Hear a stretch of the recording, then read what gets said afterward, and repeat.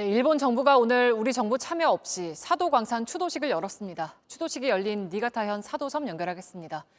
자, 정원석 특파원, 우리나라에서는 아무도 참석하지 않은 가운데 일단 진행을 한 거죠? 네, 그렇습니다. 원래 오늘 추도식의 계획은 왼쪽에는 일본 참석자들이 앉고 오른쪽에는 한국 참석자들이 앉을 예정이었습니다. 하지만 우리 정부 인사들과 유족들이 불참하면서 결국 한쪽이 텅 빈 채 추도식을 진행할 수밖에 없었습니다. 말 그대로 반쪽짜리 추도식이 되고 말았습니다. 일본 언론에선 윤석열 정부가 한국 내 여론에 발목이 잡힌 것으로 보인다, 이렇게 전했습니다. 네, 일본 정부 측 대표는 어떤 이야기를 했습니까? 네, 오늘 일본 측 대표로는 우리나라 차관급에 해당하는 이쿠이나 아키코 정무관이 대표로 참석했는데요.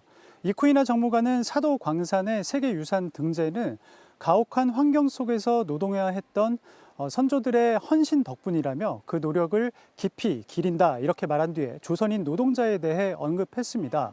애도의 표현은 담겨 있었다고 볼 수 있지만 강제노동 표현이나 반성에 대한 언급은 없었습니다. 직접 들어보시죠. 朝鮮半島から来られた労働者の方々は戦争という特殊な社会状況下とはいえ故郷から遠く離れたこの地で愛する家族のことを思いながら校内の危険で過酷な環境の下で困難な労働に従事されました。 네, 야스쿠니 신사를 참배했던 데 대한 입장도 나왔습니까? 네, 2022년 8월 15일 이쿠이나 정무관이 참배했다는 우리나라와 일본 언론들의 보도가 있었는데요. 일본 외무상은 이쿠이나 정무관이 참배를 하지 않은 것으로 알고 있다는 입장입니다. 그래서 한국 취재진이 오늘 직접 물어봤지만 이쿠이나 정무관은 답변을 하지 않은 채 추도식이 끝나자마자 마치 도망치듯 빠져나갔습니다. 우리나라 정부 관계자들과 유가족들은 내일 오전 9시 조선인 노동자들의 기숙사 터에서 따로 추도식을 올릴 예정입니다. 지금까지 사도섬에서 JTBC 정원석입니다. 김건희 여사 공천 개입 의혹의 핵심 인물인 명태균 씨의 녹취를 민주당이 추가로 공개했습니다. 2022년 서울 서초갑 국회의원 재보궐선거에서 국민의힘 경선 과정에 개입한 정황이 담겼습니다.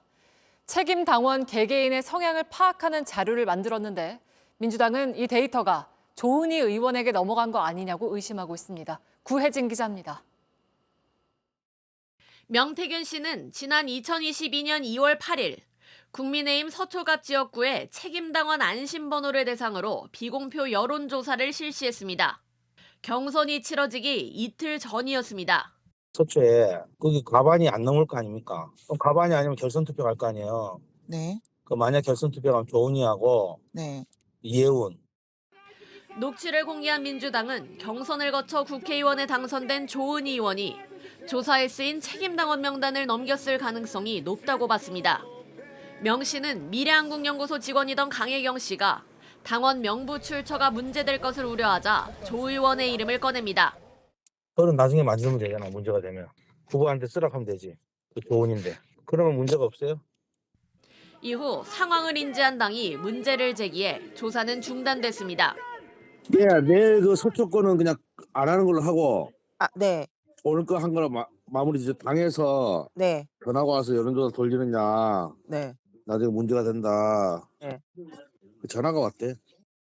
이 시점까지 조사가 완료된 서초갑 당원은 2,233명 중 4분의 1이 넘는 559명입니다. 각 안심번호별로 누구를 지지했는지를 조사한 로 데이터가 조 후보에게 전달됐을 가능성이 높다는 게 민주당 주장입니다. 민주당은 이 여론조사 데이터가 집중 홍보나 방해조사 등에 쓰여 경선 결과에 영향을 미쳤을 가능성을 배제할 수 없다며 특검 등으로 밝혀내야 한다고 주장했습니다. 조은 의원은 당시 명태균 씨가 ARS 조사를 제안한 것은 맞지만 경선을 이틀 앞두고 여론조사에 실익이 없어 제안을 거절했다고 해명했습니다. JTBC 구혜진입니다. 네, 내일 재판의 핵심 쟁점은 이 대표의 녹취록입니다. 검찰은 이 대표가 증인을 회유해서 위증을 유도했다는 입장이고 이 대표 측은 기억나는 대로 말해달라 했을 뿐이라고 주장합니다. 박병현 기자가 정리했습니다. 검사 사칭 사건은 이재명 대표가 변호사 시절인 2002년 5월 벌어졌습니다. 이 대표는 당시 분당 파크뷰 분양 특혜 의혹을 취재하던 KBS PD와 함께 재판에 넘겨졌고 벌금 150만 원 확정 판결을 받았습니다. 이 문제가 다시 불거진 건 2018년 경기지사 후보 토론회 때입니다. 이 대표가 억울하게 누명을 썼다고 말하면서 허위사실 공표 혐의로 재판에 넘겨졌는데 무죄가 확정됐습니다.